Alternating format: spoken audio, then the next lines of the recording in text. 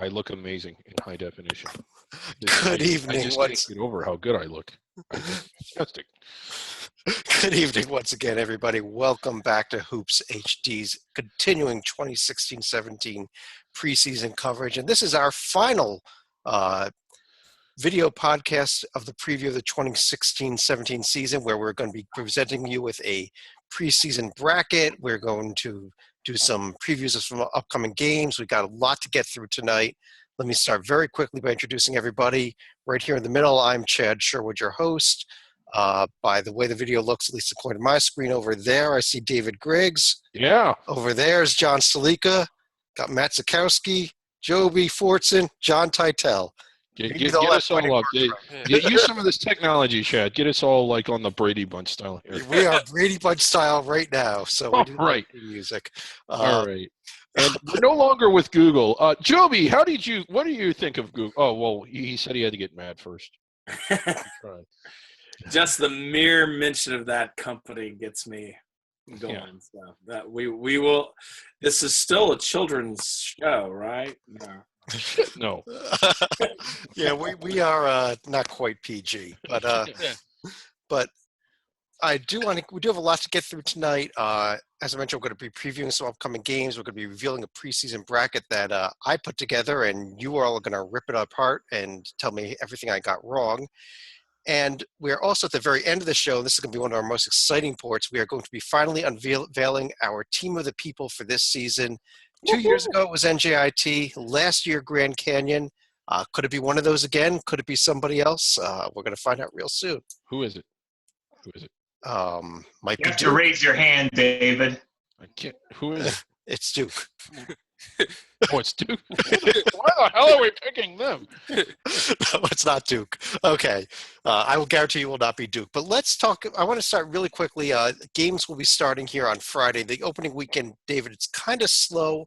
I know you've always complained about the opening weekend in college basketball, though maybe a little bit better this week with a doubleheader out in Hawaii that we have on opening day. Yeah, and again, it's Kansas, Indiana, and Arizona, Michigan State. Did I get that right? Yes. Yeah.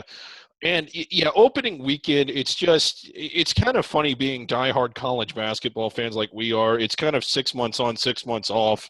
Late September, early October rolls around, and it's like, all right, great to see everybody again. Let's get the previews. And then it's like, enough with the previews. I want some real games. Let's get an exhibition game. And then you have exhibition games, and it's 103-50.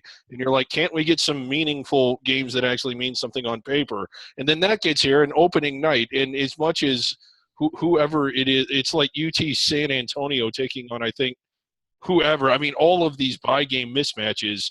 And it's just frustrating to see opening day in Major League Baseball, opening weekend of the NFL, opening of college football, starting off with a bang, and college basketball starts off with a little toy pop gun every year. But we do have 2 top 25 matchups on opening night. At least there is some buzz going on that Friday night. But, yeah, I do complain about it. That should be a major night on the college athletics calendar. You have football the next day, Friday, nothing's going on.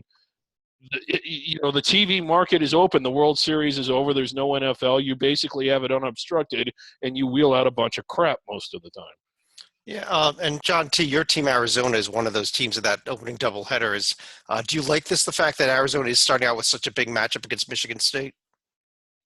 In a normal year, yes. The fact that they played Chico State last night in an exhibition and were trailing by 3 at halftime makes me little nervous, and I don't know if Alonzo Trier is eligible and are going to travel with the team. Chance Comanche's, I believe, out for academics. Ray Smith had to retire due to 3 ACL tears in the last 3 years or something. I'm getting pretty nervous about this game. I think the only team that should be legitimately nervous after their exhibitions would be the University of Maine.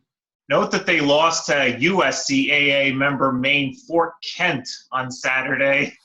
Oh, that's a great program up there, Fort Kent. Come on now, Stalika.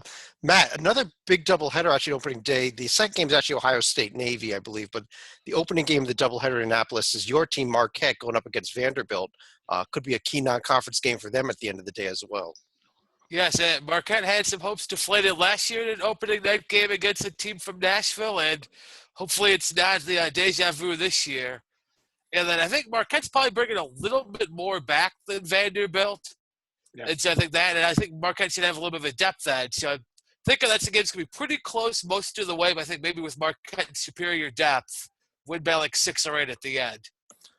Yeah, and Joby, a few other games here, including some ACC teams with I think some key games. I'm kind of looking at this Georgia-Clemson game as a game between two teams that are at least are in the bubble.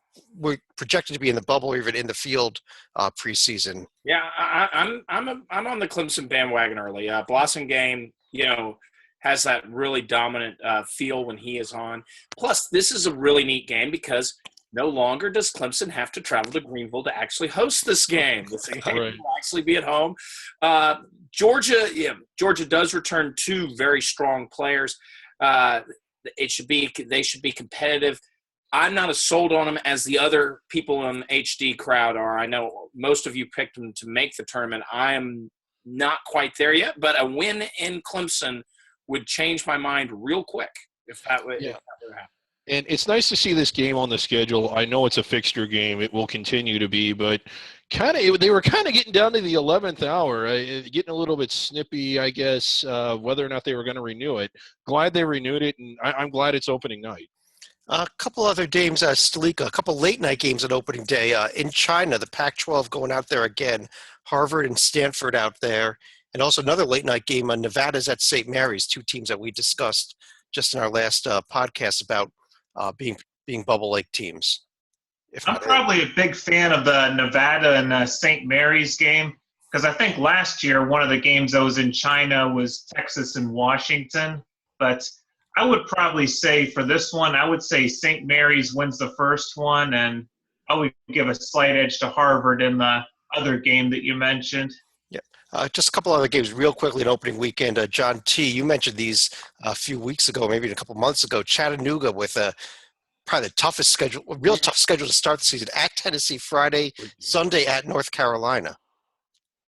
I love it that the SEC teams are bringing in all these defending NCAA tourney teams from smaller schools.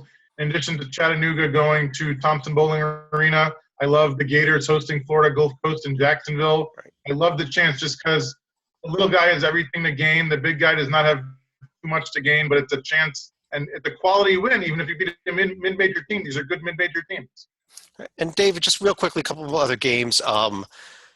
Saturday afternoon, we've got last year's Team of the People Grand Canyon at this year's potential Team of the People Duke.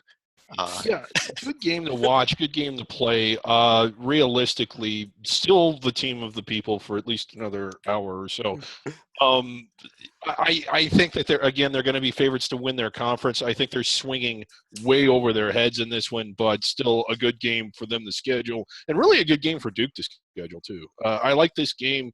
I don't think it's going to be competitive, but it's going to be interesting to see what they do against each other. Right, and then playing in a lawn.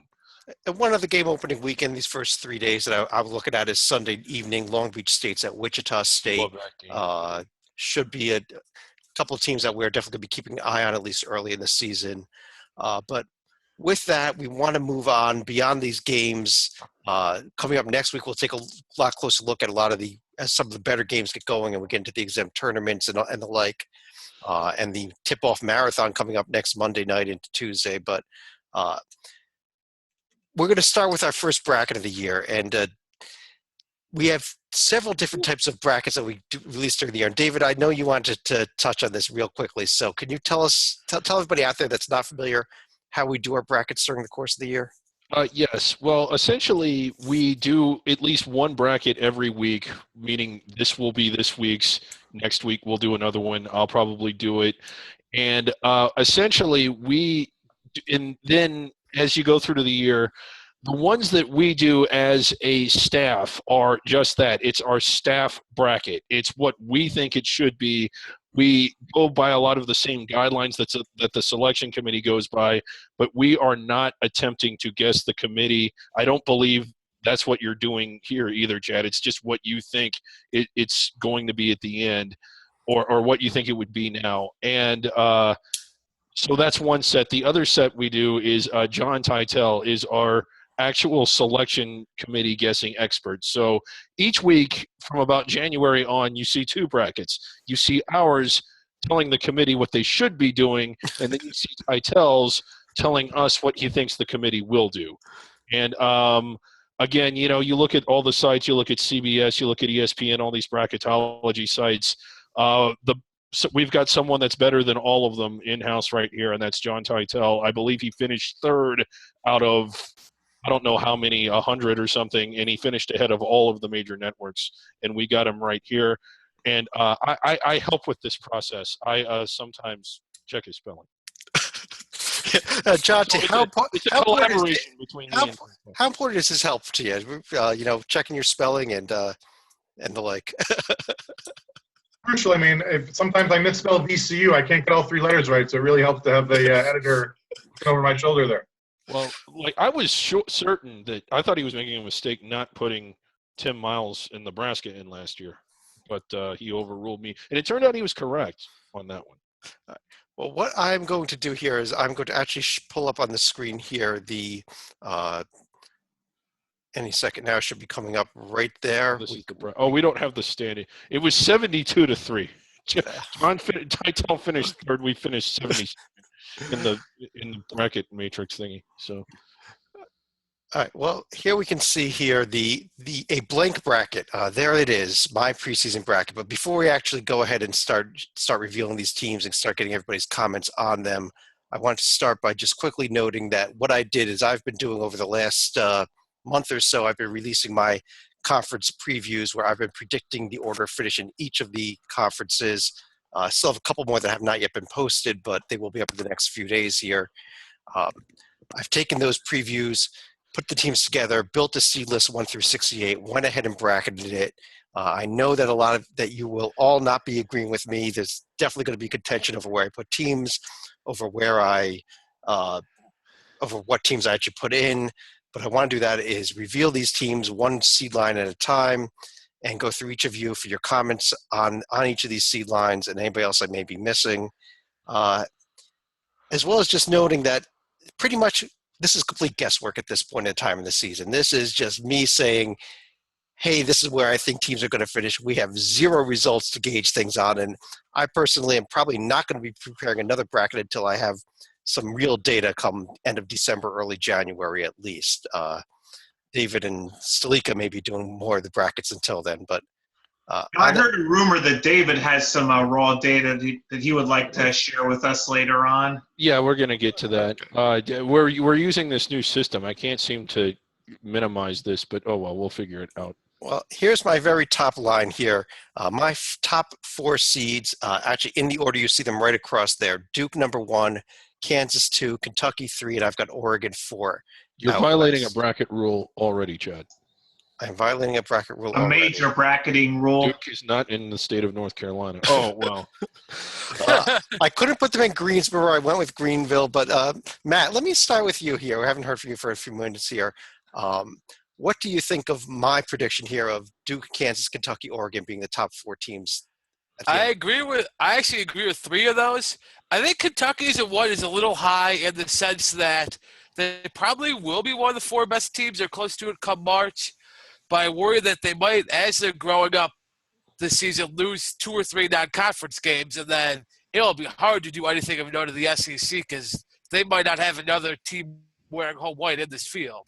So that's why I think combination of a couple things to where they go into the tournament with 5-6 losses, and I think they are more realistically could be a 2 or 3 seed. Well, John T., we did not have you with us for a couple of these previews, including the ACC and the Big 12. Do you think Duke and Kansas are this good? Are 1 seed good? In early November, yes. My only question is the Ducks. I think they're a perfectly fine number 1 seed. I think the defending champs will have a lot to say about that, but I think it's right on the bubble, 1-2-2-1 between those 2. And it's kind of funny because you did just tell everybody who my number 5 overall team was there with Villanova. But Joby, also not on this line are either North Carolina or Virginia. Yes. Do you think I'm wrong about what I did with you? I think you're right. I'm Matt and I usually it seems like bang heads of disagreement often over teams, he took the words right out of my mouth on Kentucky. I mean, that's I think they could stumble early and not have the wins later on to pick it up. That's why your number 5 team should be in Kentucky. But Oregon, I love Oregon. I mean, they are now that once Brooks is back healthy, they're going to really take off. And I think they're good enough right now to do well in the early season. I love that inspiring Oregon pick. Well, David, one of the reasons why I do have Kentucky here is I just think that what they're going to be able to do in their conference in the SEC, where they probably will run through it, may be better than anybody else. Well, one of my benchmarks is can you – I mean, when you look at your 1 seeds, you're talking about having one true road win against a protected seed. And where is Kentucky's going to come from? Running over the SEC, while impressive, probably isn't going to give them the caliber of win that we typically see out of a 1 seed. Like if you looked at the 1 seeds last year, they all won multiple games against – or they all won protected road games against protected seeds, I think. Or Oregon did too. Like Oregon won at Utah. I think that maybe their only one. Yep. Can people see me, or do you have the bracket up right now? Yeah, no, they should be able to see whoever's speaking in the top right corner. So whenever you're talking, you'll be on the screen if we're doing this right. But Stalika, is there somebody that is glaringly missing from this 1 seed line that I put together? Well, I think we had mentioned Villanova as one possible team that could be on the 1 line, but I don't know if I'd use the word glaringly in front of them.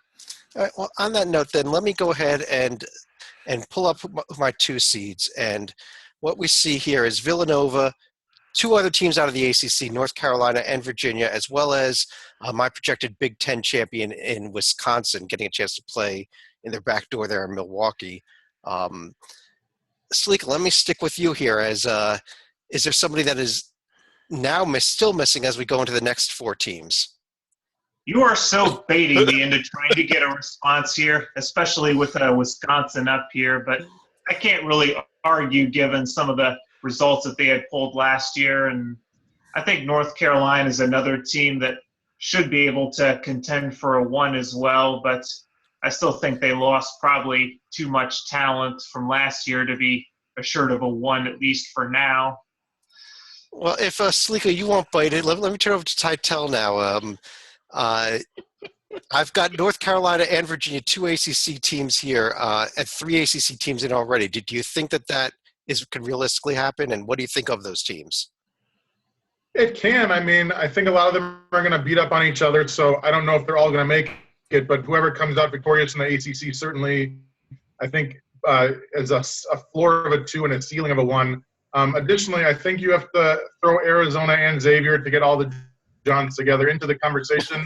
When you look at some other brackets, USA Today actually has Wisconsin as a 4 seed, but CBS has them as a 2. So again, it's not a glaring thing, but there's plenty of teams that could be 2 seeds. I really like this Wisconsin team, but the one change I would say is, and again, I'm the only one that said this, and I'm the only one that's correct about it. I think Xavier wins the Big East, and they're on the 2 line, and Nova's down on the 3. I guess David is only an expert beta right here. I guess he's not a master like Chad would be. Oh, okay, I'm not even going to go there.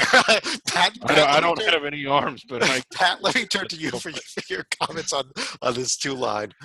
I was to go back to a preview a couple of days ago. I actually think this is where Gonzaga is going to end up. Matt's got lead in his house. Joby, you weren't there for when we did our West Coast Conference preview. Matt thinks that Gonzaga's up here over a team like Virginia. You have comments? No, we're back to banging heads again. No. As a matter of fact, I don't think Gonzaga wins their conference this year. I would have been on that St. Mary's train. I actually do think St. Mary's has, the schedule's always going to get in the way when you're in the WCC. But St. Mary's is going to acquit themselves quite well. I think they will be ahead of the Zags at the end of the day in the conference, which will prevent the Zags from making probably protected seating. Well, I think that so far there hasn't been too much to disagree with what I've done, but let me go on to the 3 line where we've have some mention of both Xavier and Arizona, and they are both here. It's the other teams where we may start turning some heads here, because I've got Arizona and Xavier on the 3 line, along with UCLA and Purdue. That's just gross. Okay. Okay, Joby, you think it's gross. Tell me what's wrong. Well, it's gross. It's the whole Alford incestuous thing, working, I guess. But no, I'm not there. I think the Pac-12 is a very good conference this year. I do. I think it's deep. UCLA will certainly have their chances at wins, but I think once Arizona, as John hinted earlier in the season, once Arizona gets their feet under them, you've already heard me praise Oregon. I think UCLA is far back of those teams, and there are other folks we might want to discuss.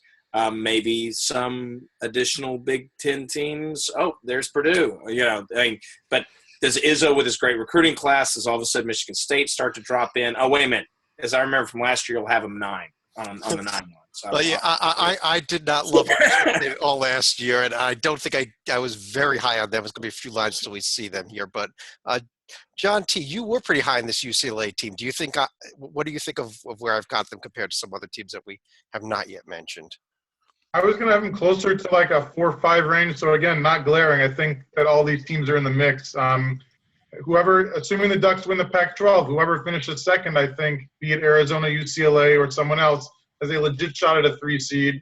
As I said, Xavier might even be bumped up to a 2. As far as Purdue, I think, as Joby was saying, the Big Ten champ is wide open. Michigan State, Purdue, Indiana, maybe like 1 step behind Wisconsin. Whoever finishes second in the Big Ten has a very good shot at a 3 seed. But in all seriousness, as far as Xavier goes, I think the wild card, at least until December, is going to be how do they play without Miles Davis. Oh, if only Galen were watching. Can I share something real quick here, Chad? Okay. Yeah, just let me see. Okay, give me a second here. We're gonna pull down the screen here. We've got new technology here, and yes, to those of you in Indiana, I wanted to. This is Chad Sherwood's Twitter page. Indiana fans, just Chad Sherwood 1973. Tweet at him. Let him know what you think of having Purdue up ahead of Indiana. Yogi is not there. Oh, I'm in trouble already. I'm sad on this one. Yogi is not there. Yeah, that's it. If we're talking Indiana being a 3 seed, I think it's a little more likely they're a 3 seed in the NIT than they are in the NCAAs. Oh, wow. I don't have Matt's Twitter account, but MU alumnus. Yeah. Okay. After I'm going to get flamed here by Indiana fans, I understand that. But let's go ahead. Let me go ahead and reveal the remaining what we call our protected seeds. These are the top 16 teams, and I do have that Indiana team here on the 4 line, along with their good friends over at Louisville, and Syracuse, 2 more ACC teams. And my American champ, UConn. Matt, let me start with you. Yeah, of this, I like Louisville in this range. The other ones all feel a bit high. Well, you heard my thoughts on Indiana, where I don't see them in a protected seed range. Syracuse, I guess, could end up in this area. I think maybe more 5 or 6. And then, yeah, UConn, this is about the range you'll see. I think Gonzaga will be a protected seed at a minimum. Well, I still don't have that Gonzaga team in here. Joby, I did end up with 5 ACC teams in the top 16, though. Something doesn't feel 100% right about Louisville if you're going to pick one off. Because Syracuse, they've had a great off season beyond just being in the Final Four, and Miles is still very upset. A great off season. Yeah, that's high praise when you're having. That's high praise. Well, given the off season Syracuse had, that's what I mean. Since they've had a good off season. Yeah, but I think Syracuse is. I think they do scream about a 4 seed. I think you have them right. I love the inside out Purvis Brema at UConn. I think they're going to be solid. Louisville's the one that might slip off just precisely because someone has to take losses, and the schedule that Louisville has, it's not like it's easy. I mean, they got Virginia twice. As I remember, I think they have their double up games are pretty tough. So Louisville's going to be in the tournament, at least as far as I think, as we predict today. But protected seed might be just a skosh too high. John T., you were not with us for our ACC podcast. Do you think that the ACC is strong enough to be potentially considered for 5 top 16 teams? I'm leaning no. I mean, it seems like a loss, and they're all potentially good enough to be 4th seed or above, but like they're going to beat up on each other. Like Syracuse is going to lose to Louisville, who's going to lose to North Carolina, who's going to destroy Virginia. I mean, lose to Virginia. So like, there's going to be some shakeup that they all can't make it. Okay. Well, let me stick with you for a second. Is there somebody that I've glaringly omitted from what you've seen so far? No glaring. I think that you would fit in well to the bracket matrix, although Tom Izzo has a history of going far in March and getting seeded high in March. And I know he lost Denzel Valentine and bringing in freshmen and facing my Arizona Wildcats, but he better be a 5 seed. That's all I'm saying. Otherwise, I'm going to start using the word glaring a lot more. Better not fall down to the 6th line because I know where they're going then. David, on that note, is there anyone else here that, besides Michigan State, that I should be beat up for not having included? Gonzaga, but I would assume. I mean, I think Gonzaga is going to get a protected seed, but I could understand an argument how they may not. I thought that they were going to get a protected seed last year, and they missed it by, I think, about 7 or 8 lines. Yeah, they missed it pretty badly. But you are all right. I do have both Michigan State and Gonzaga here on my 5 line, which I will bring up right now. We've got Gonzaga there with Virginia's region, but I've got Gonzaga there with Louisville. I have Michigan State there with UConn. Also, West Virginia coming in as my next Big 12 team, and Cincinnati in the Midwest as my second team for the American. I think it was just so close between UConn and Cincinnati who's going to win that conference that those teams had to be that close in the bracket. But have you seen their, like, if you look at their profiles now, they're very similar. Cincinnati. Would you like me to? Okay, let's do. I can pull that on my screen here for David. I believe we're going to actually do a blind resume between these two teams right now. I mean, it is so similar. Right, where the? Oh yeah, here we go. And here it is, and like here, and again, this is Warren Nolan at warrennolan.com. He does all our stats, and right now, this is Cincinnati and UConn. Can you guess which one is which? Oh, I thought you were going to say UMKC and Incarnate Word. It could be those as well. But seriously, let me go back to John T here. West Virginia, my second team out of the Big 12, and this is a conference that I'm predicting a big drop off from last year. Do you agree with me there? I know you were not with us for our Big 12 preview either. A big drop off for West Virginia or for the Big 12? A big drop off for the Big 12 after Kansas. Yeah, I think that's fair. I mean, Texas is very young, and Oklahoma lost Buddy Hield. I like it. All right. And Joby did have Cincinnati in here matched up with Indiana. Any thoughts on this 5 line? Yeah, I love the Press Virginia as that second Big 12 team. I think they were my pick to be second in the Big 12. I'm not sold on Gonzaga being able to put it together. Last year might be stuck with me, that whole – but they would have been better had the game not been canceled against Pittsburgh in Japan or whatever. I think sorry, go ahead. No. Michigan State, finally. Chad, you'll always underrate them. I am 100% with John Titel on this. They will come March. They're always going to be seeded a little bit better, and they will prove that seed last year notwithstanding. Prove that seed, yeah, coming off the Middle Tennessee loss. Sorry, Sleeka, you had something to mention? I was going to say, if Cincinnati can go into the dungeon of Iowa State and win there, they probably would land a seed similar to a 5 or maybe a protected seed. Matt, you made a big deal about how much higher Gonzaga should be. Would you have had St. Mary's in the field by now as well? Not quite yet. I think, or this is right in the range of like 5 or 6. I will say in my field, West Virginia will be in the other half of a 5-12 game. Whoa. Oh. I think Carter's the real deal. Getting him back, he stirs the drink. Losing Williams is part of it, but Huggins is going to have that floor general, and they're actually going to be able to put the ball in the basket somewhat this year. See, I think their press is going to badly miss Jonathan Holton. You need like a 6'9" jumping jack to disrupt things, and I don't believe they have another one of those on the roster. Yawning one night and sneezing another. Nothing personal, St. Mary's. David, let me show you my sixth line here. And we did just talk about the St. Mary's team. They are here along with two more Big 12 teams in Texas and Iowa State. And I know I'm going to get some flack for this here, but I do predict them as my A10 champion. That's why they're on the sixth line with Rhode Island. Well, no, I mean, my thing about Rhode Island is it's very easy to make a case that this is where they belong, that they are this caliber. The problem with them is they are more cursed than the Cubs ever were. Ever since Lamar Odom hit that shot in 98, I think it was. 99, excuse me.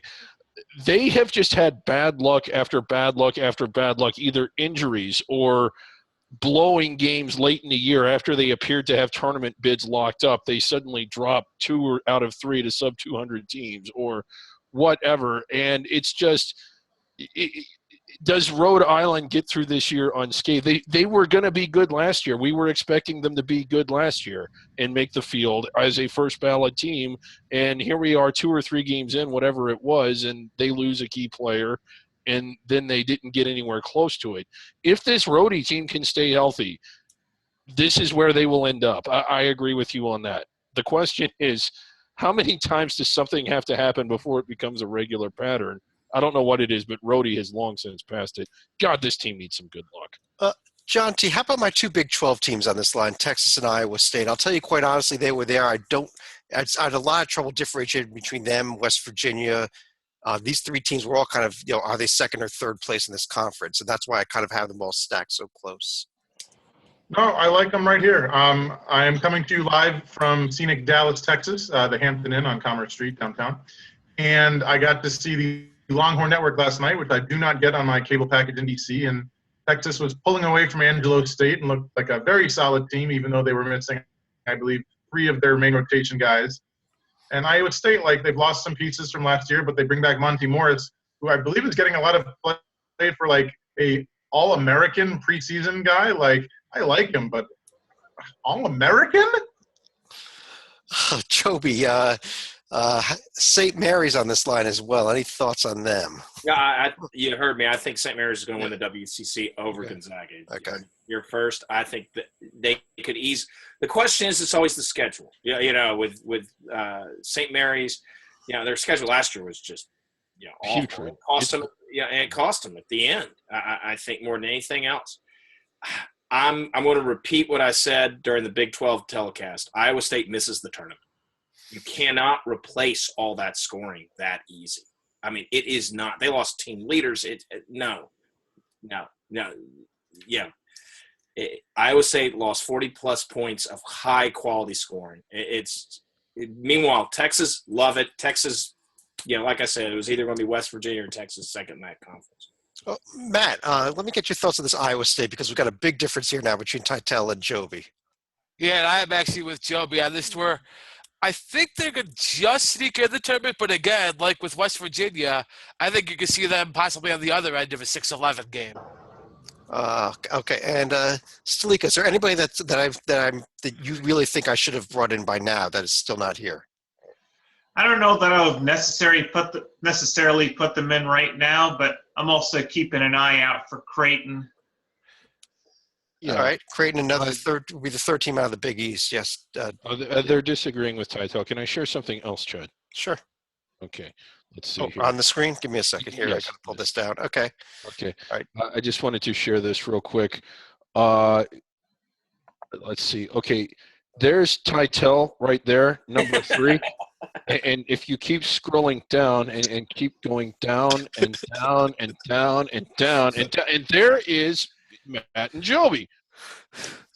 Okay, so I think you're with me then on the Iowa State pick. Right, yes. I tell on the Iowa State pick. Okay.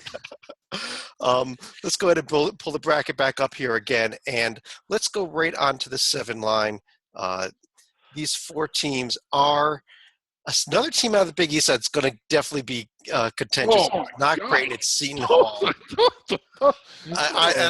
Another team that's going to be contentious here on the other end. I like this Illinois team a lot. Yeah, I could I tint know well nobody else along. does.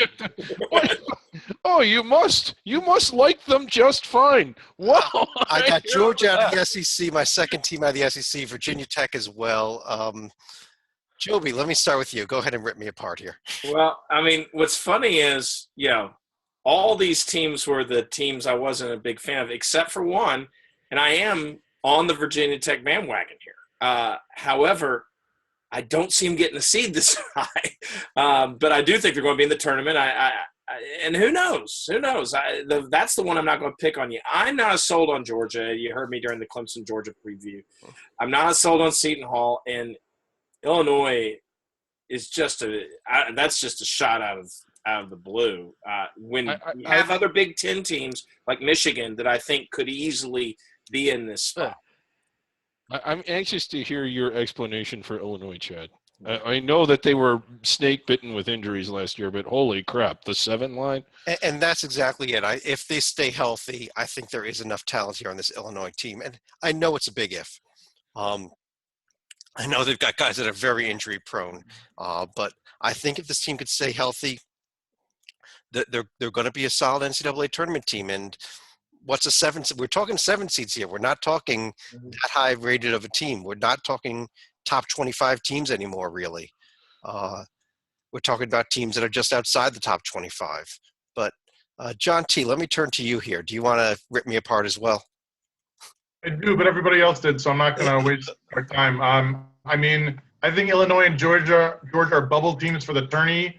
I mean, if you are correct, I'm happy to admit it, but I'm just not seeing it in early November. Matt, I know you had some comments about the Seton Hall team when we did our Big East preview. You think I'm crazy on them? Yeah, 7 would be my spot for Seton Hall in the Big East, not in the NCAA tournament seed line. Thank you, Matt. I agree 100%. All right, I'm being ripped apart here. Sleeka, you want to come to my defense or no? I'll come to your defense for Seton Hall, even though they no longer have Isaiah Whitehead. I've touched on this before. They have plenty of experience coming back with guys like Carrington, Rodriguez, Sanogo, and one other key junior. But I'm not even sure I would have them quite as high as a number 7, but they should still be within the field. Well, David, let me show you who my 8 seeds are to show you the teams that I rate these teams above, so that way, because we've got to also compare these teams to the teams below them. Right. I've got the Creighton team that we mentioned, Miami as my next ACC team, Dayton as my second place team in the A10, and my Mountain West champion, Nevada. Wow. I like Nevada as a fringe bubble team. You have them in. I know we have one more line for the first ballot, but you have them in on the first ballot. That's you must like them more than I do. You must like them more than San Diego State, which yes, I do. Said that the other night. I remember, and I'm not seeing it with the Red Hawks of Miami.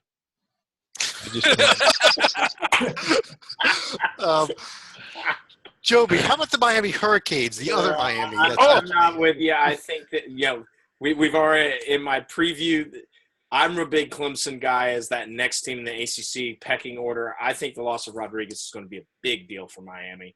I think they fall out. Hey, Larinaga is a great coach. If they wound up at 8, it wouldn't 100% shock me. Nothing should shock you at this stage of the season because we don't know these teams. But I think the losses will hurt them, and they won't. They're going to fall further than most ACC teams will this year. Creighton's going to lose 7 of their last 10. I love Creighton. I love them until their last 10. I do love Creighton. I'm on the Creighton bandwagon with Matt. I'm on the bandwagon until their last 10 games. Yeah, Tytel, you weren't here for our Big East preview. What are your thoughts on this Creighton team? We had we went back and forth on them for a while there, I think. Like I wasn't here for any of the previews. No, Creighton's going to be good. I think they have a very veteran group with Marcus Foster coming over from Kansas State, Cole Huff coming over from Nevada, Mo Watson who transferred from BU. So it's a lot of transfers, which I usually don't like. I like when you have like a Doug McDermott and who can build up, but obviously Greg McDermott only has so many sons. I think they have a very strong group. I'd like them to have a little more size outside of power forward Cole Huff, so it's going to be a little guard heavy, but that doesn't stop them in the past. They do have Nebraska on the schedule, so that's going to be very tough, but I like their chances. Super tough. And let's not forget to thank Boston University for Mo Watson Jr. Yeah, Salika, how about Dayton? Do you think that this is the range for them, or do you think I've got them way over or way under? I think this would be about right because if you remember the Atlantic 10 preview, I said Dayton's a team that can win the regular season title, but probably not going to win the conference tournament. I mean, I'd still be more sold on Dayton getting this high up than I would be for Rhodey. Matt, I'm going to reveal my 9 line here, which is going to give us our first glimpse of some matchups as well in my potential bracket. And I know there's one team that I may get attacked for here, but I've got Notre Dame, Ohio State, and VCU in here, along with my Missouri Valley champion, Illinois State. Hey, I have Illinois State in my field as well. Actually, I think both that and Wichita will come out of the Valley because I think there'll be plenty of bids out there for them both. And I think whoever wins it might be right around this 9 line. So if you believe in Illinois State to win it, I could easily see them being a 9 seed. David, I have an all-Ohio matchup there in the 8-9 game in the Midwest between Miami and Ohio State. Yeah, I mean, that should be a fun one. We all know how Ohio State likes ducking teams from Ohio, so that's a good one there. I mean, just to needle Miami fans, I think we should have Big 12 reps for that game if that game ever comes to fruition. Right. Yeah, I like Illinois State. I don't like them this much. So you have Illinois State in on the first ballot. I'm not saying you're wrong. I mean, stranger things have happened, but that's certainly not going with the chalk there, Chad. I never said I'd go with the chalk. No, I mean, and I applaud that. So wow, you like them. John T, is there anything that you see here as being glaringly wrong in my 9 line? Anything else? I think VCU is solid. The Buckeyes and the Irish, I think, yeah, I mean, I've seen some rankings have them missing the tourney, but I think that 9 is doable. Illinois State, they're good, but I'm not convinced they're winning the conference, and I'm not convinced they're getting a 9, but it's not, I mean, it's borderline glaring. All right. Joby, I have a lot of ACC teams in so far as well. What's funny is I'm not, in each case, in a lot of cases, I'm the Mr. ACC is actually saying, either drop them a little bit like Louisville or a team like Miami. I'm not so sure. Notre Dame's another one. I'm not so sure. I think losing Augusta inside is a huge deal. They were blowing out. That story is going to be a good. We've talked about him in the preview. It's going to be a really solid shooter from outside. The team, though, that I think I'm starting to get really worried about in the last week is VCU. If they don't have Lewis fully healthy, let's hope he becomes fully healthy. But they got blown out by Virginia in the scrimmage, and then real problems struck. Losing outside Division I. So if they don't have Lewis, I mean, he's clearly a key. I know it's just scrimmages, but he's clearly a key cog, even more so than I thought. So we've got to watch VCU very closely. And I'll add to that one, Joby, real quick, is that, for a team like VCU, even if Lewis is out for the first few games, they don't have a ton of margin of error. So they might be so far behind the 8 ball that even if he comes back, but they might have to win the A-10 tournament just to get in. Note to David, it's okay for Notre Dame to play Catholic University in an exhibition. It's just not okay for teams like Davidson to actually play them in the regular season like they did 2 years ago. Oh, yeah, that's ridiculous. But, yeah, VC, you try not to read too much into that, but it's still – what? Yeah, VCU losing an exhibition game to a non-D1 team the other night. Yeah. Queens College. Thank you, John. Let me go over to our 10 line. And, Sleeka, let me start with you here. I've got Florida, my next team out of the SEC, Baylor out of the Big 12, Colorado out of the Pac-12, and my other Mountain West team, San Diego State, here on the 10 line. Hate Chad. So I'm guessing San Diego State would be the at-large in this scenario. Is that right? Correct. Yeah. But I think Florida is another team we're going to have to watch because this was a team that actually ended up as a 3 seed in the NIT, although, as we mentioned earlier, Florida is going to be playing on the road for the first month and a half of the year while they have renovations done to the O-Dome. But I think Baylor is another team that it seems are picked a little low, but they've also got to reload quite a bit of talent that moved on to the pros. Yeah, Matt, your thoughts on this line? I think Baylor's too low. Feels about right for Florida and San Diego State. And Colorado, I don't see that one at all. I like Colorado. So you don't. I mean, I like Josh Scott was the one player I really liked from that roster. Oh, actually, I should say the King too, the real good shooter. But like, I think they're going to badly miss Josh Scott, and outside of King's ability from three, I think they're going to struggle to score. John T., do you want to settle this debate on Colorado? Do you think they're a tournament team like David thinks, or no, like Matt thinks? They might, but I think I got California on line one, wondering when the heck they're going to appear in this freaking bracket. And that was the other question I was going to ask is there anybody else besides Cal that's glaringly omitted so far? They stand out to me. I mean, I assume that we'll have I haven't seen the Shockers yet. I assume they're going to make it at some point. Joby, how about you? Is there anybody else that you think is glaringly omitted so far? There are still a handful of at-large bids left. I believe only about 5 or 6, though. Well, a team that you've already heard me 7. reference them tonight, that I'm more high on them than Notre Dame and Miami out of the ACC is Clemson. I think Clemson is going to make a run. I think we should be seeing them about now. Maybe if you put them in line 11, I'm not going to, question if they're out of the tournament, which is we're getting down to the nitty-gritty of that. I got a problem with Notre Dame and Miami over Clemson. All right, I'm going to be starting to hide soon, maybe. But, Matt, let me bring you in here as I reveal the 11 line, which does include Marquette making my field, along with John T. There's California. And, David, 2 automatic bid winners that I like as being potentially inside the bubble, potential at-large bids should they lose in their conference tournament, although I'm not predicting that, Chattanooga and Ohio. But, Matt, let me start with you on this line. Well, yeah, this is where I think Cal, the fifth or sixth Pac-12 team, this is about where they would be spotted at. I really like the Chattanooga pick here. I think they are going to be a contention for at-large. Now, if we're looking for another mid-major and all that, I think you're missing the Tigers of Princeton. I think the Princeton's going to be around this 11th line. Now, let's not forget, I think the chat also said there was a possibility that 2 teams could possibly make it out in the back. We've already got Harvard on the Hawking on the 11 line right here. Yeah.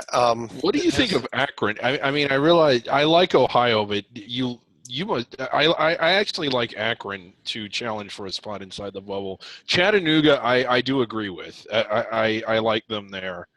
I don't know. I'm just curious. I'm curious to see if Akron's going to get into your field as one of the play-ins. But I guess we're going to know a lot about Chattanooga, as we pointed out earlier in this podcast this week. They need to win the at Tennessee game if they're. I think they will win that one. I really do. Everything they have coming back. Right. No, I think they will too. But they have a lot. I mean, we're going to be talking about that. I mean, let's forget the North Carolina game. No one's going to blame them. Right. Yeah. But if they lose at Tennessee, they're blowing their chance to get to 11 or be considered for an auto. John, see, I didn't get much discussion from Matt about Marquette as I thought I would, actually, but let me get your thoughts on them. Good, solid team. I'm actually going to be seeing them play in the 2K Classic in approximately a week and a half, so I will try to give you some more feedback after I see them in person when they are in the field with Pitt, SMU, and Michigan. I like the Texas-Marquette matchup. It's a nice that would be – oh, God, that would be. Yeah. Rocket versus Wojo. That's a neat little matchup.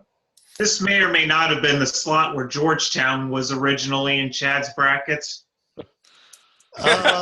We are going to find that out. I'm not going to be really rooting for them on that one. Okay. David, as I go to my 12 line here, what we're going to see is the end of the at-large picks. There are 6 teams on this line, including all first 4 teams. 1 automatic bid winner is going to be on this line as well. But let me go ahead and pull it up here. The team that avoided the first four is Maryland. The first four, Georgetown, Arkansas in one game, Houston, Davidson in the other, UAB getting in as an automatic bid winner. Go ahead and attack me. Houston is a bold pick. I like this program. I think they're going in the right direction, so I'm not going to knock it too much. I'm just going to say it's bold. I like them, but not enough to put them in this field yet. You left there's a glaring omission. And I think it's a team that Joby already mentioned. I know you're all going to rip me apart for leaving them out. Well, especially for the team that sucks. I think they should be wearing white, but hey. I mean, I can't. I'm going to continue to be elegant, lack of eloquence, show lack of eloquence until they prove me wrong. Georgetown sucks. They are not good this year. They were good last year. They're not good this year. JT3 will be lucky to have his job next year. Stalika, how about Davidson and Arkansas, these teams? Do you think that these are tournament-worthy teams? I mean, again, these are two of my last four teams in. Do we need to pull their resumes up? I alluded to it a little bit earlier as far as what kind of scheduling Davidson needs to do.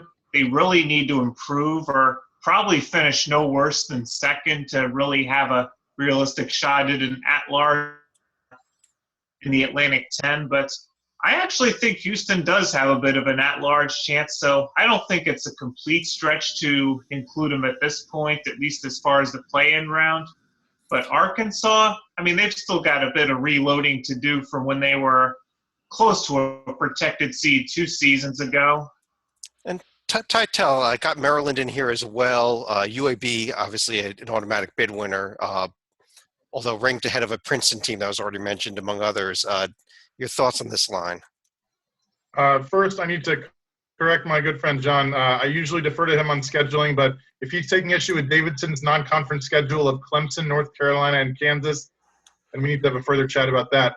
As far as the 12 line in general, Maryland, Georgetown, they play each other on my birthday in 8 days. It's almost an elimination game in November. David, I'm going to show, before we move on to the remaining automatic bid winners, at the bottom here, you'll see the top 4 out. These were my top 4 teams that missed out: Butler, Clemson, Wichita State, Michigan, in that order. Are these the teams that you were upset that I left out? No, I want to show you. Okay, you want to show me? Okay, Yes. I'm going to pull down the screen here for a second. Yes. This is who was glaringly left out. I just don't get how you leave this man out. David, I have not yet gone to the automatic bid winners. They may have won. Okay. But Joby, I know you're very high in this Clemson team. I am. Blossom, and it is Blossom game, but he's going to be compete for ACC Player of the Year. Look at those top 4 out. I actually like almost all 4 of those teams better than your entire 7 line. I mean, it really. I mean, there's a lot of hate, Chad. I'm seeing a lot of hate. Hating Michigan, hating Marshall. Hating Blossom game. Joby, these are just my top teams out here.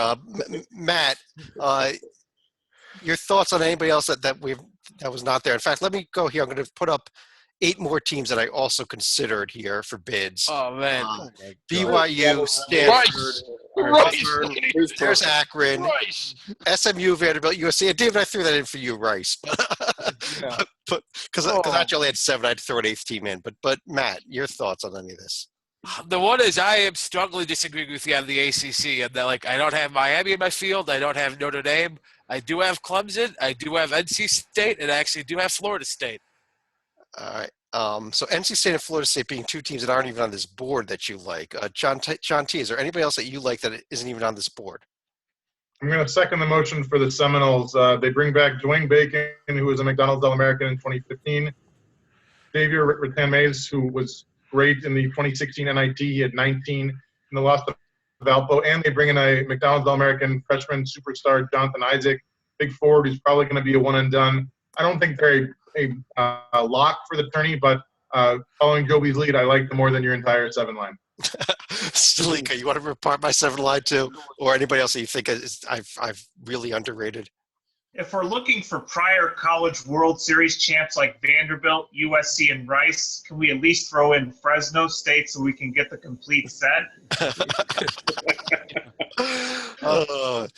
Joby, anybody else that you had in mind? Yeah, we're talking a lot of ACC. I actually like NC State more than Florida State. I know why you left Florida State out, by the way, because we are all sick and tired of picking them and them just completely blowing it. I mean, they're always on the bubble, on the good side of the bubble, and then something happens and they're out, and you just go, why did I trust Leonard Ham? Why did I trust him? And it's going to happen again. John Titel's exactly right on the talent. Talent's never the issue with the Seminoles. Never is. It's something goes wrong. I mean, so I understand, Chad. You're like, and I just don't have faith in Florida State. You're an abused picker.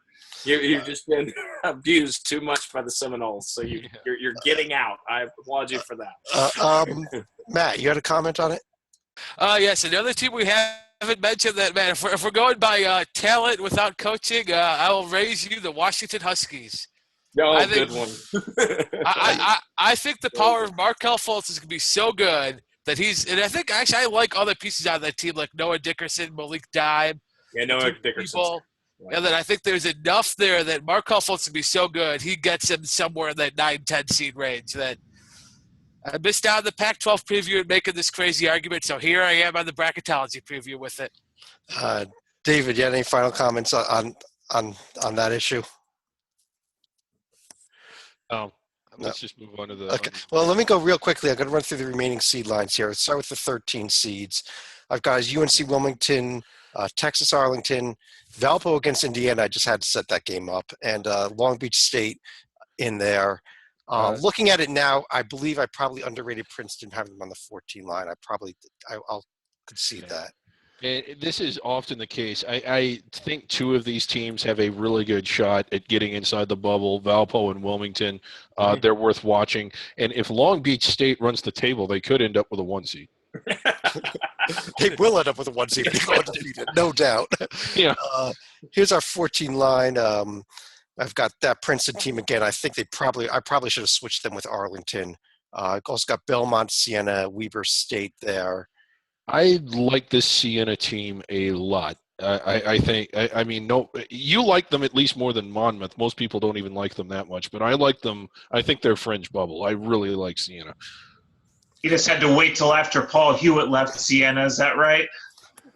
Was Paul Hewitt at Siena? Paul Hewitt was at Siena.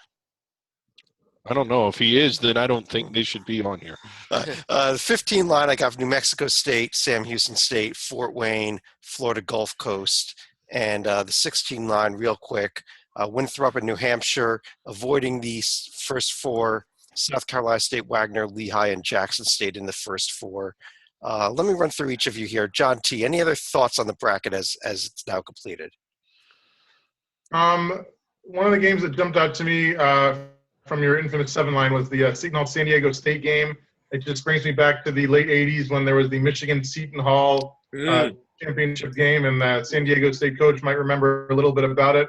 I also am intrigued by the East Region's pod in Sacramento, where it's a California party with UCLA, Cal, and St. Mary's, and somehow Weber got invited to join them as well.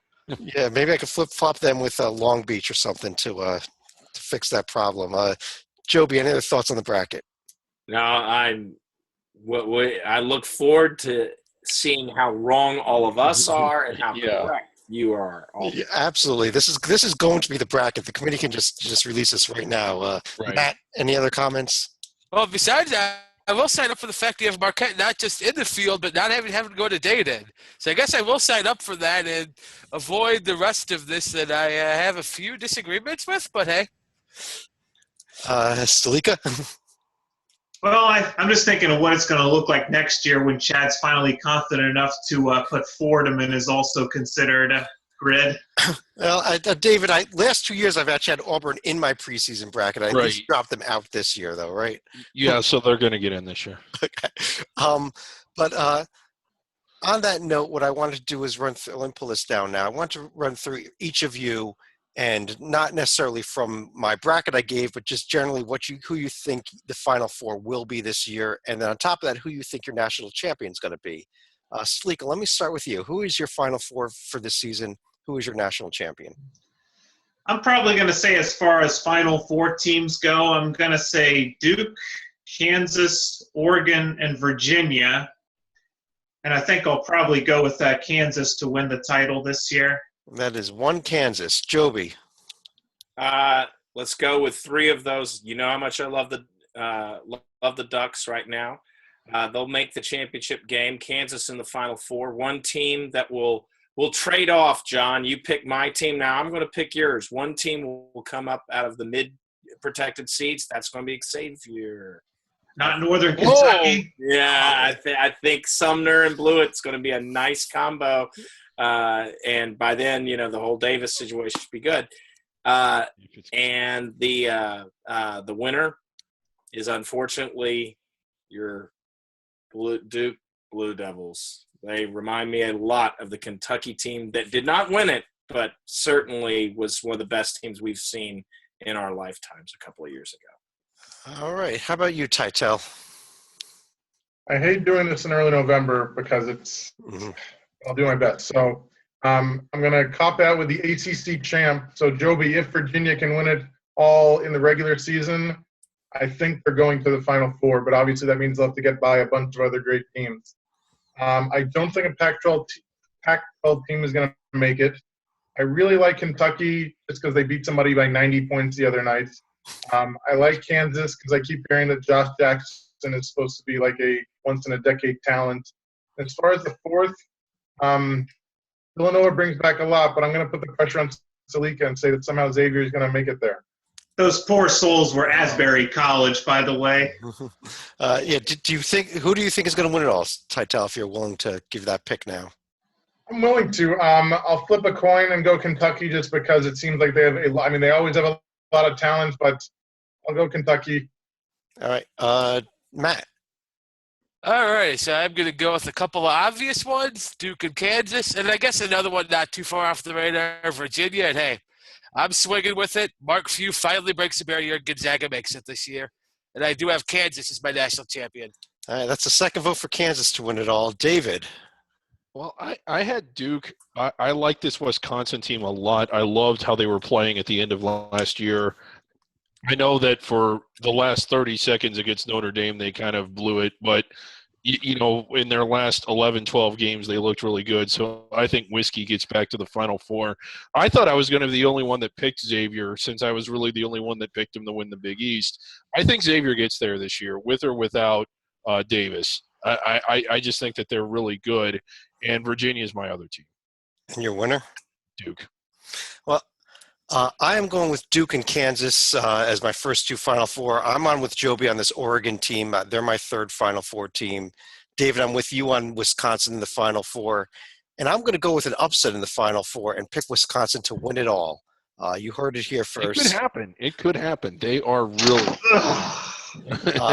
I'm also going to, as we've lost League, you have them beating Xavier. Just wanted to note that none of us went with either Villanova or North Carolina, despite those being two teams that we all kind of thought were consensus top 10 teams or so in the country. Yeah. But on that note, David, I believe we only have one other topic left to go for the evening. Yes, we do. And we've been discussing it a lot during the off season, both on our podcast and a lot off the podcast, determining our team of the people. 2 years ago was NJIT, and we campaigned for NJIT as an independent to get into the postseason, which they did with the CIT, to get into a conference, which they did in the ASUN. Last year was Grand Canyon, and we campaigned for them to get into the NCAA tournament. They deserved a chance, and this is breaking news here. As of next season, they will be tournament eligible. Right. Still, so some success. A little bit. Like how this started was, I guess it was 2 years ago. I think we just decided to pick a team in JIT that was in a really unique situation. They weren't in a conference, and we looked at what they had coming back, and we're like, well, this is a pretty good team. And we just decided to zealously support them, like to a ridiculous level. And we had a lot of fun with MJIT. Like, their fans were interactive on Twitter. We gave them top billing on the website whenever they played. They had a big win over a ranked Michigan team that year who turned out to be way overrated. But in the moment, it felt great. They made the postseason, and they made the semifinals of the CIT. And last year at this time, I liked NJIT so much, you all had to drag me kicking and screaming away from them to Grand Canyon, another team in a very unique situation, a transitional team that had a chance to win the conference. And we had a blast with them last year. And I got to tell you, I'm kind of in the same spot now. I'm kind of kicking and screaming. I love the Lopes. Well, let me give a quick note here for the team that we're looking at this year. There are 2 states in our nation, Maine and Alaska, that have never put a team in the NCAA tournament. Alaska doesn't even have a D1 team. Maine has been pathetically bad since they've been in D1 pretty much, and lost to Maine Fort Kent, as we mentioned earlier. The other 48 states, the longest drought has been since one state that has not put a team in the postseason since 1959. It only has 2 teams in it. The team that we are not going to be adopting this year was back in 59, has been in a handful of times back then. But it's the other team from that state that's never been in the big dance and was on the board here as my prediction to win their conference this year. Yes. And I think that's where we're going this year, David, but we can make this official. Yes. New Hampshire. The New Hampshire Wildcats are this year's team of the people. We are zealously supporting them. And for the first time ever, the goal is the NCAA tournament. # Go Dancing or Die. It ties right into their state motto. New Hampshire. Last year we had music. It was a lot more. Well, and Joby, this is even higher stakes because if they don't make the big dance, somebody's got to die. Yeah, I mean, this is right. But about this New Hampshire, well, Chad, you wrote about them, but it is a unique situation. They've never been in the NCAA tournament. Not only that, they have a long history of being really, really bad. The last 2 or 3 years, they've upped their program. They're in the America East, a basketball-centric conference. This is a very, very exciting basketball story. They weren't the only team we looked at. Once we're done talking about New Hampshire, can we spend just a few seconds talking about some of the teams we didn't pick but really liked? Oh, sure. But John T., are you on board with this New Hampshire pick this year? I guess I'm a big fan of history, so I like the fact that they haven't been there in a while. They open up Friday night against Leslie. I don't know if they're going to date her or play them, but yeah. They got a couple nice players, including Tanner Leisner there. They had 20 wins last year, and almost the entire team is back. They're going to be a big battle with Vermont, who I think is the other team that a lot of people are picking to win the America East. But the 2 of them should be a real nice battle this season, and I don't know that anyone else in the conference is really going to challenge those 2. Right, and we don't like Vermont, and we don't like Keggy. Certainly don't like Keggy. Well, and the big in-state rival is the only New Hampshire team from the state of New Hampshire to ever make the tournament before. That's Dartmouth with their mascot Keggy the Keg. But David, who were some of the other teams that we did consider? Well, I think we looked at 3 or 4, and we liked them all for very different reasons. One was your idea that I like, UC San Diego, which is not even Division I. They're looking to move up to Division I, and had we picked them, we would have given our full support and assistance to getting them to Division I. We would have called the NCAA, we would have called the Big West, we would have called several conference commissioners, live tweeting on the show. We would have done a lot of that. And a lot of site visits, David. Like a lot of on-site visits. Another one was Chicago State, and one of the things that's going on with them is that their enrollment is at a record low. They actually were the worst team in Division I last year, and it was just a unique story because they're in a situation where their university is looking more and more like it may close soon. And the reason not to go with them is that they don't really – being endorsed by us is sort of like being endorsed by Bozo the Clown. It's fun, but when you're in a situation like Chicago State, they need something other than us. And in a kind of a serious note, Chicago State it serves a demographic that desperately needs to be served. They have a lot of non-traditional students there. It would be a shame if that institution closed. Great basketball would be nice, but it would kind of break my heart to see an institution like that in a city like Chicago have to close. They were this close to getting the presidential library. I'm not kidding. This close. And that we'll see if that has a long-term effect outside of that. So we are pulling for them. We like them, but New Hampshire was the team. It's just, I think it is out of the three that we were looking at the most intriguing story. And I do need to say this: New Hampshire's big in-state rival there, Dartmouth, does have a mascot, Keggy the Keg. I don't like him. New UNH, if you need some help battling Keggy the Keg, you're going to be playing Dartmouth on December 31st. We have a mascot for you that I guarantee you has more alcohol in him than Keggy, and that is our own David Griggs. You have me. You have me.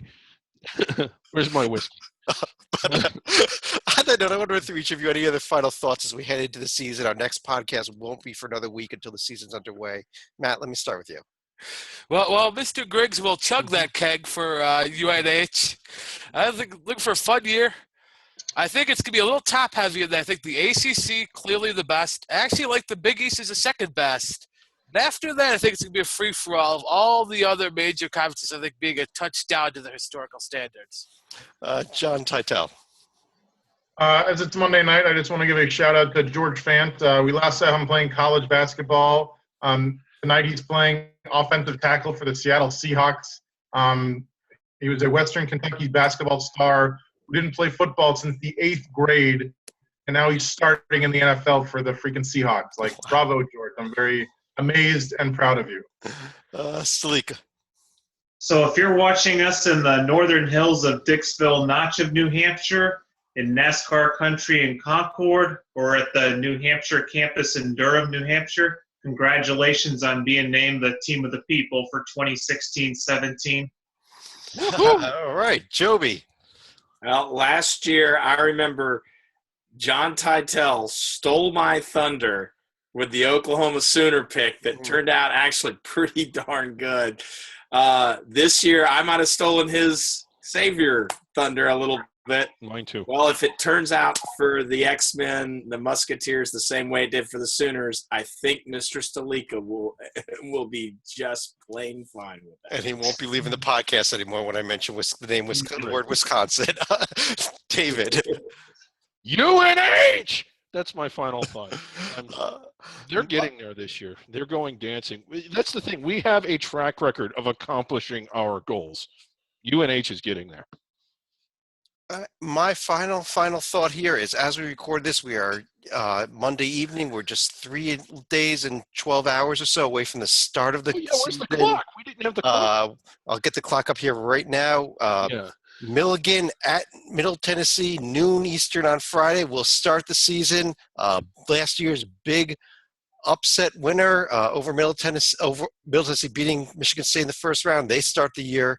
It's going to be a great season. We're looking forward to it. And on that note, for myself, for Matt Sikowski, John Salika, John Titel, Joby Fortson, David Griggs, and a huge shout out to all you UNH Wildcats out there. Team of the People 2016-17. Have a great evening, everybody. We'll talk to you again real soon.